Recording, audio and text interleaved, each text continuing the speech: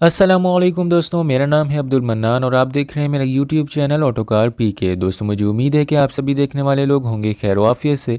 आज की इस वीडियो में हम बात करने वाले हैं टोयोटा प्रियस के थर्ड जनरेशन के बारे में। थर्ड जनरेशन अगर आपको पता है तो अच्छी बात है, अगर नहीं तो मैं आपको बता दूँ कि टोयोटा प्रियस की ये वाली शेप जो कि पाकिस्तानी मार्केट में 2010 से लेकर 2015 तक के दरमियान वाले मॉडल्स में इम्पोर्ट करवाई गई थी। अब दोस्तों सबसे पहले तो मैं आपको इस गाड़ी का थोड़ा सा ओवरव्यू देता चलूँ तो टोयोटा प्रियस जो है वो एक front engine front wheel drive sub compact car है जो कि जापानीज ऑटो मैन्युफैक्चरर टोयोटा वालों की तरफ से 1997 से बनाई जा रही है। 1997 में टोयोटा ने इस गाड़ी की पहली जनरेशन को इंटरनेशनली मुतारिफ करवाया था, जो कि बेसिकली एक सीडैन बॉडी स्टाइल में थी गाड़ी, जिसके बारे में पाकिस्तान में ज़्यादातर लोगों को नहीं पता और पाकिस्तान में लोग इस वाली गाड़ी को टोयोटा प्रियस की पहली जनरेशन कहते हैं। लेकिन बेसिकली टोयोटा प्रियस की जो ये वाली शेप है ये इस गाड़ी की सेकंड जनरेशन है। टोयोटा प्रियस की जो पहली जनरेशन है वो सीडैन वाले बॉडी स्टाइल में आती थी, उसके बाद फिर सेकंड जनरेशन में टोयोटा ने इस गाड़ी का डिज़ाइन सीडैन से चेंज करके लिफ्ट बैक में कन्वर्ट कर दिया था और तब से लेकर फिर आज तक ये गाड़ी लिफ्ट बैक वाले बॉडी स्टाइल में ही आती है। अभी करंटली इस गाड़ी की पूरी दुनिया में चौथी जनरेशन चल रही है जो कि इंटरनेशनली 2015 में इंट्रोड्यूस करवाई गई थी और 2015 से लेकर अब तक प्रोडक्शन में है। लेकिन आज की इस वीडियो में हम बात करने वाले हैं टोयोटा प्रियस की थर्ड जनरेशन के बारे में, जैसा कि मैं आपको बता ही चुका हूं। और ये वाली गाड़ी इंटरनेशनली 2009 में इंट्रोड्यूस करवाई गई थी जो कि 2009 से लेकर 2015 तक रही थी और पाकिस्तानी मार्केट में भी ये गाड़ी आपको 2010 से लेकर 2015 तक के दरमियान वाले किसी भी मॉडल में मिल सकती है। लेकिन 2012 में टोयोटा ने इस गाड़ी में एक माइनर सा फेसलिफ्ट इंट्रोड्यूस करवाया था जिसमें कुछ माइनर सी चेंजेस की थी। तो आज की इस वीडियो में हम बात करने वाले हैं टोयोटा प्रियस के 2012 से लेकर 2015 तक के दरमियान वाले मॉडल्स के बारे में। सबसे पहले तो अगर बात की जाए गाड़ी के वेरिएंट्स के बारे में तो इस गाड़ी के पाकिस्तानी मार्केट में आपको ज़्यादातर वैसे तो 6-7 वेरिएंट्स अवेलेबल हैं, लेकिन टोटल 3 बेसिक ट्रिम लेवल्स हैं जिसमें एस, एल और जी शामिल हैं। बाकी इसके अलावा वेरिएंट्स तो काफ़ी ज़्यादा हैं, जैसे कि लेदर एडिशन, एलईडी एडिशन वगैरह वगैरह। बात कर लेते हैं गाड़ी के एक्सटीरियर के बारे में। तो जहाँ तक ताल्लुक है इस गाड़ी के ओवरऑल एक्सटीरियर डिज़ाइन का, तो वो आप देख सकते हैं काफ़ी स्टाइलिश है और काफ़ी अच्छा है। और मुझे पर्सनली इस गाड़ी की चारों ही जो जनरेशन्स हैं, बल्कि पाकिस्तान में तो सिर्फ 3 ही हैं, तो तीनों में मुझे सबसे ज़्यादा अच्छा डिज़ाइन इसी गाड़ी का लगता है जिसके बारे में आज हम बात कर रहे हैं। बाकी नीचे दिए गए कमेंट सेक्शन मुझे कमेंट करके आप ज़रूर बताइएगा कि आपको इस गाड़ी की तीनों जनरेशन्स में से सबसे अच्छा डिज़ाइन कौन सी गाड़ी का लगता है। गाड़ी के फ्रंट पर आपको प्रोजेक्शन हेडलाइट्स मिलती हैं, लेकिन जो इस गाड़ी का सिर्फ बेसिक वाला वेरिएंट है उसमें जो इस गाड़ी का हायर एंड वेरिएंट है जी या फिर जी एलईडी एडिशन, और एलईडी एडिशन गाड़ी के तीनों ही ट्रिम लेवल्स में तकरीबन आते हैं। तो जो गाड़ी का एलईडी एडिशन वाला वेरिएंट है उसके अंदर आपको एलईडी प्रोजेक्शन हेडलाइट्स मिलती हैं। बाकी हेडलाइट्स के बीच में आपको तमाम ही वेरिएंट्स में हाइब्रिड गाड़ियों की तरह से छोटी सी ग्रिल मिलती है। लार्ज एयर इनटेक गाड़ी के फ्रंट बम्पर में दिया गया है और इसके अलावा टोयोटा एक्वा की तरह जो गाड़ी के टर्न सिग्नल्स हैं वो नीचे की तरफ फ्रंट बम्पर में दिए गए हैं। इसके अलावा इस गाड़ी के हायर एंड वेरिएंट जी में आपको फ्रंट फॉग लाइट्स भी मिलती हैं। गाड़ी की साइड पर आपको auto retractable side view mirrors मिलते हैं विद टर्न सिग्नल्स। इसके अलावा जो इस गाड़ी का हायर एंड वेरिएंट है जी वाला, तो उसके अंदर आपको कंपनी की तरफ से 17 इंच के एल्यूमिनियम एलॉयज मिलते हैं जिनको एक स्पोर्टी टच दी गई है। जबकि जो गाड़ी के बेसिक वाले वेरिएंट्स हैं उनमें आपको सिंपल स्टील रिम्स मिलते हैं व्हील कैप्स के साथ और वो होते हैं 15 इंचेस के। गाड़ी के बैक की तरफ देखा जाए तो इस गाड़ी के बैक पर आपको एलईडी कॉम्बिनेशन टेल लाइट्स मिलती हैं जो कि वर्टिकली माउंटेड हैं और इसके अलावा इस गाड़ी के बैक पर आपको रियर विंडशील्ड वाइपर की सहूलत भी मिलती है। वैसे इस गाड़ी का रियर डोर बिल्कुल फ्लैट तो नहीं है हैचबैक्स की तरह, लेकिन फिर भी दे दिया है तो ये काफ़ी अच्छी बात है।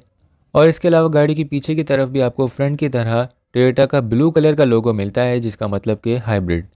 अब चलते हैं गाड़ी के इंटीरियर की तरफ। तो इस गाड़ी का जो ओवरऑल इंटीरियर डिज़ाइन है वो भी एक्सटीरियर की तरह काफ़ी अच्छा है। अब जो दोस्तों इस गाड़ी के बेसिक वाले वेरिएंट्स हैं एस और एल वाले, तो उनमें आपको कंपनी की तरफ से फुल ब्लैक कलर का इंटीरियर मिलता है।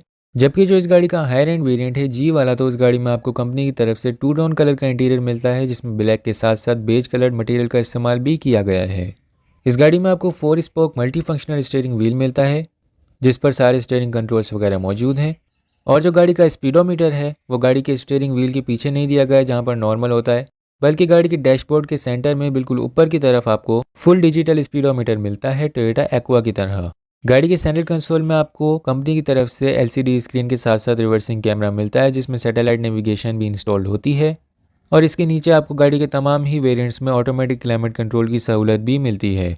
बाकी जो इस गाड़ी के बेसिक वाले वेरिएंट्स हैं उनमें आपको कंपनी की तरफ से फैब्रिक कवर्ड सीट्स मिलती हैं। जबकि जो इस गाड़ी का हायर एंड वेरिएंट है जी वाला, तो उसके अंदर आपको कंपनी की तरफ से लेदर कवर्ड सीट्स मिलती हैं।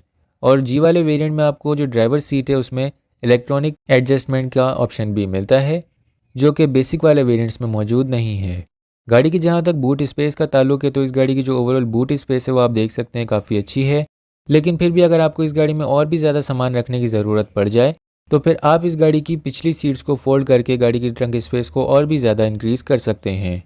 अब दोस्तों ज़रा बात कर लेते हैं इस गाड़ी के फीचर्स एंड ऑप्शंस के बारे में। तो इस गाड़ी के जो बेसिक वाले वेरिएंट्स हैं उनमें आपको सारे बेसिक फीचर्स मिलते हैं, जैसे कि पावर स्टीयरिंग हो गया, पावर विंडोज़ हो गई, power door lock, central locking, keyless entry. लेकिन हाँ, साथ में आपको सैटेलाइट नेविगेशन के साथ साथ रिवर्सिंग कैमरा और ऑटोमेटिक क्लाइमेट कंट्रोल की सहूलत भी मिलती है उन वेरिएंट्स में। जबकि जो इस गाड़ी का top of the line variant है जी वाला, तो उसके अंदर आपको कंपनी की तरफ से एलईडी हेडलाइट्स मिलती हैं, फ्रंट फोग लाइट्स मिलती हैं, एलॉय व्हील्स मिलते हैं, सैटेलाइट नेविगेशन के साथ साथ रिवर्सिंग कैमरा तो आपको सिंपल वाले वेरिएंट्स में भी मिल जाता है। इसके अलावा उस गाड़ी में आपको स्मार्ट एंट्री के साथ साथ पुश स्टार्ट का बटन मिलता है, हेडलाइट वॉशर्स मिल जाते हैं, टू टोन कलर का इंटीरियर मिलता है जो कि मैं आपको पहले ही बता चुका हूँ, लेदर कवर्ड सीट्स मिलती हैं, इलेक्ट्रॉनिकली पावर्ड ड्राइवर सीट मिलती है और पार्किंग सेंसर्स के साथ साथ ऑटोमेटिक एडजस्टेबल हेडलाइट जैसे फीचर्स मिलते हैं।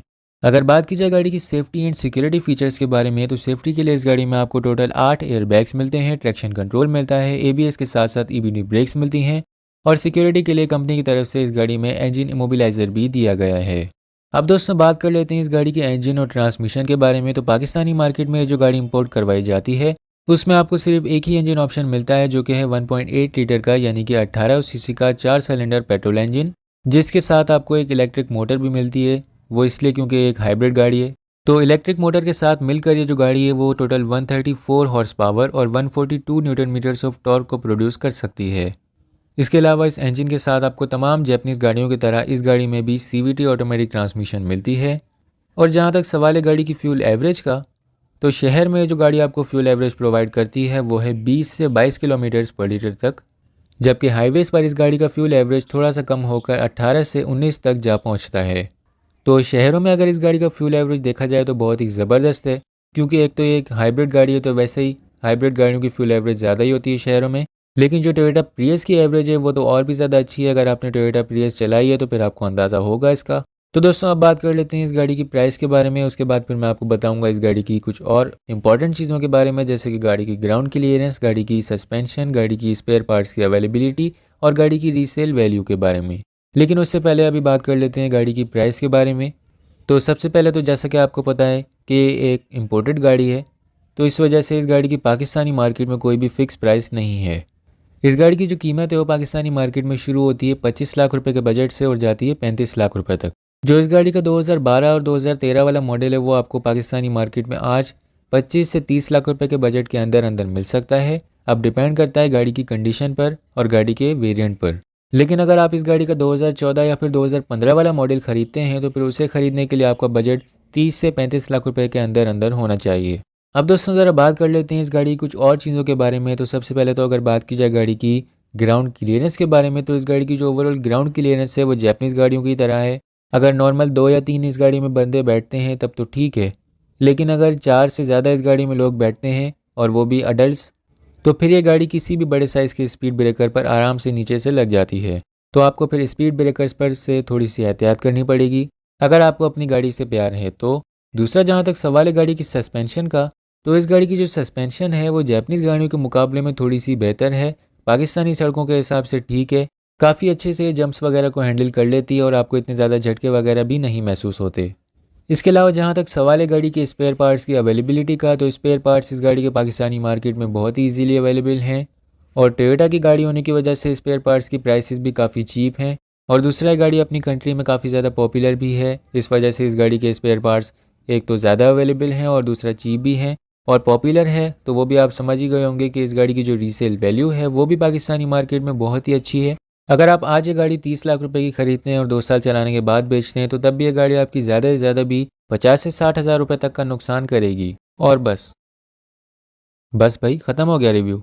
तो दोस्तों बस यही थी आज की वीडियो, आज का रिव्यू, आज का ओवरव्यू, जो भी बोलना चाहें टोयोटा प्रियस के 3rd जनरेशन पर। मुझे उम्मीद है कि आपको वीडियो पसंद आई होगी। अगर आपको ये वीडियो पसंद आई हो तो इस वीडियो को ज़रूर लाइक करें, शेयर भी करें अपने दोस्तों के साथ और नीचे दिए गए कमेंट सेक्शन में मुझे कमेंट करके बताएं कि आपका इस गाड़ी के बारे में क्या ओपिनियन है। इसके अलावा इसी तरह की मजीद वीडियोज़ फ्यूचर में भी देखने के लिए मेरे चैनल को सब्सक्राइब जरूर करें और साथ में दिया हुआ बेल आइकन भी ज़रूर दबाएँ।